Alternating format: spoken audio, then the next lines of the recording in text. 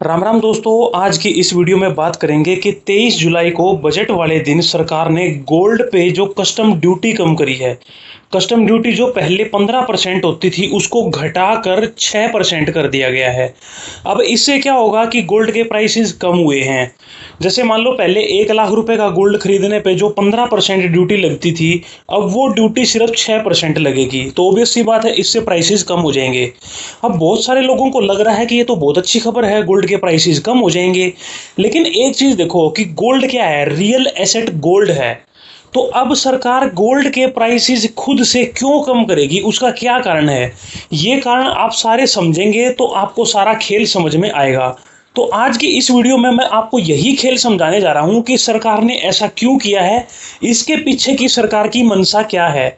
अगर आपको ये लग रहा है कि सरकार की मंशा बहुत अच्छी है, वो हमें सस्ता गोल्ड देना चाहती है, तो आप टोटली 100% गलत हो। इसमें बहुत सारे लोगों का नुकसान हुआ है। तो आज की इस वीडियो में बात करते हैं। सबसे पहले तो आप ये न्यूज़ देखिए, एक दिन में 10 लाख करोड़ का नुकसान हुआ है। जितने भी टोटल हाउस होल्ड के पास जो गोल्ड है इंडिया में, उसकी जो टोटल वैल्यू है वो एक ही दिन में 10 लाख करोड़ रुपए कम हो गई है। 10 लाख करोड़ रुपया कितना होता है सोचो। रिलायंस इंडस्ट्रीज जो इंडिया की सबसे बड़ी कंपनी है, उसका 50%। समझो कि रिलायंस इंडस्ट्रीज 50% खत्म हो जाए, उतना गोल्ड एक ही दिन में खत्म हो गया है। सीधा सीधा जो इसका इम्पैक्ट आया ना, वो आया कि 4,000 4,500 रुपये मान के चलो कि सीधा सीधा कम हो गए गोल्ड के प्राइसेस के।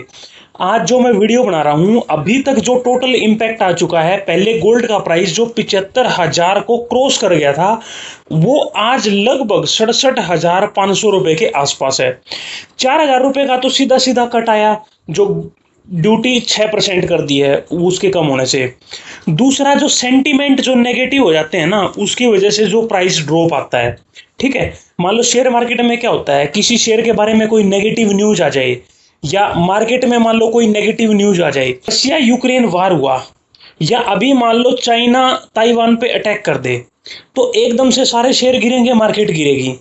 क्या रशिया यूक्रेन के वार होने से या चाइना के ताइवान पे अटैक करने से कोई भी इंडियन बिस्किट खाना बंद कर देगा?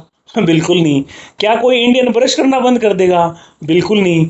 क्या जिसके घर पे या किसी की किसी साइट पे कंस्ट्रक्शन का काम चल रहा है, वो सीमेंट रखना बंद कर देगा, सीमेंट खरीदना बंद कर देगा? बिल्कुल नहीं। क्या उसके घर में पेंट होना है, वो पेंट खरीदना बंद कर देगा कि चलो यार अभी तो चाइना ने ताइवान पे अटैक कर दिया है, जब ये शॉर्ट आउट हो जाएगा मैटर उसके बाद ही मैं अपने घर का पेंट कराऊंगा? बिल्कुल नहीं। आपका खाता मान लो HDFC बैंक में है, क्या आप अपने पैसे वापस निकाल लोगे या अपना खाता बंद करवा दोगे? इम्पॉसिबल है। आपका ICICI में है, SBI में है, किसी भी बैंक में आपका अकाउंट है, क्या आप उस अकाउंट को बंद करवा के अपने पैसे निकाल लोगे क्या? आप कहोगे यार कैसी बातें कर रहे हो, ये कैसे पॉसिबल है?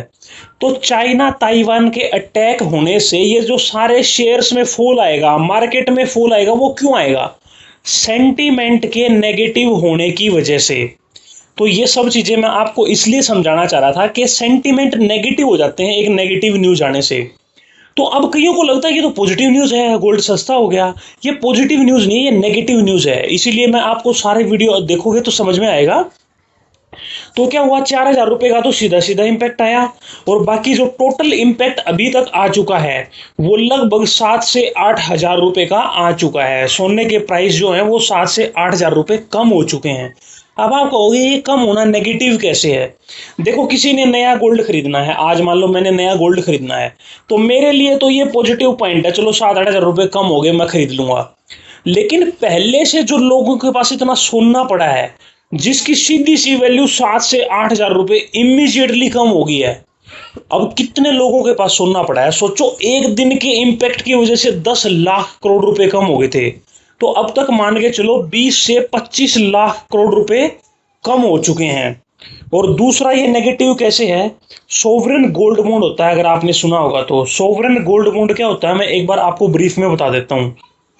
सरकार को जब पैसा चाहिए होता है तो सरकार क्या करती है, सोवरेन गोल्ड बॉन्ड निकालती है। गोल्ड बॉन्ड तो आपको समझ में आ रही है, सोवरेन मतलब सरकार की गारंटी वाला।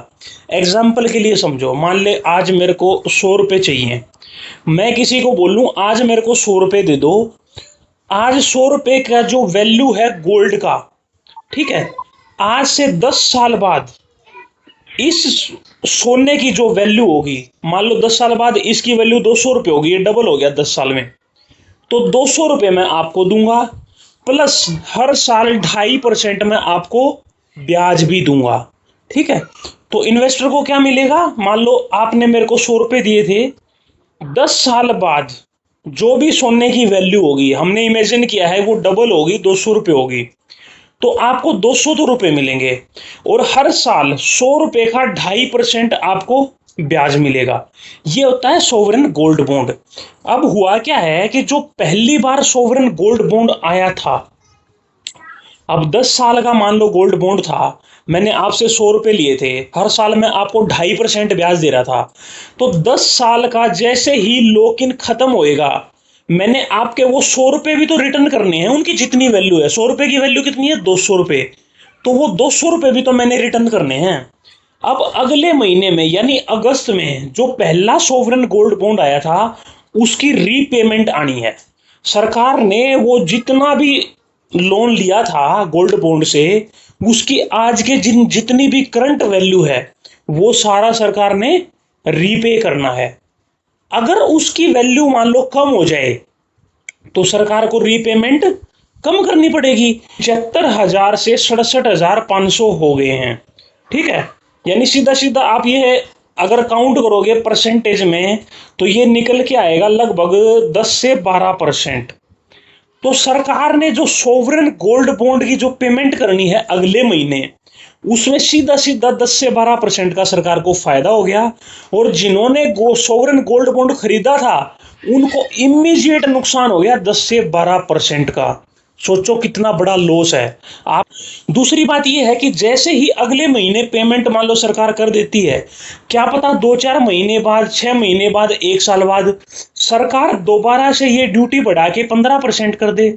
जो अभी 6% करी है वो वापस से अगर 15% कर देगी तो प्राइसेस भी वही आ जाएंगे गोल्ड के। फायदा किसको हुआ, सरकार को हुआ। नुकसान किसको हुआ, जिन्होंने सोवरेन गोल्ड बॉन्ड खरीदा हुआ था उसको हुआ। तो कहने का मतलब ये है कि सरकार की गारंटी वाली चीजों में भी सरकार क्या झोल कर देती है, कैसे नुकसान कर देती है, कैसे अपना फायदा कर लेती है, कुछ नहीं पता। क्योंकि सारे कानून बनाने किसके हाथ में है, सरकार के हाथ में है। अब कौन इसमें क्या कर सकता है। सीधा 15% से 6% ड्यूटी कर दी, सबका नुकसान हो गया, सरकार का फायदा हो गया। अब पीछे से हम क्या कर सकते हैं। मैंने वीडियो बना लिया, चिल्ला लो, कोई कुछ कर लो, हालांकि मेरे पास कोई सोवरेन गोल्ड बॉन्ड नहीं है। और ऐसा ही सरकार ने किया है प्रॉपर्टी के मामले में। प्रॉपर्टी में LTCG जो 20% लगता था वो अब 12.5% कर दिया है। तो देखने में तो आपको लगेगा यार तो बहुत बढ़िया है, LTCG 20% से घट के 12% हो गया, लेकिन इसमें इंडेक्सेशन बेनिफिट खत्म कर दिया है। अब इसका इम्पैक्ट क्या हो गया ये हम नेक्स्ट वीडियो में बात करेंगे, वहां मैं आपको ये पूरा प्रॉपर्टी वाला समझाऊंगा, जैसे आज मैंने गोल्ड का समझाया है। तो मोटा मोटा कहने का मतलब ये है कि जो गोल्ड में जिसने भी सोवरेन गोल्ड बॉन्ड खरीदा हुआ था, ठीक है, उसको सीधा सीधा 10 से 12% का नुकसान हो गया। वो भी तब जब 10 साल बाद उसका लॉक इन खत्म हुआ है और सरकार की उसको गारंटी मिली हुई थी। अब वो गारंटी धरे की धरी रह गई। जिसके पास पहले से गोल्ड पड़ा हुआ था उसकी वैल्यू इमीडिएटली 10 से 12% कम हो गई है। अब आप कहोगे भाई हमें तो बेचना ही नहीं है।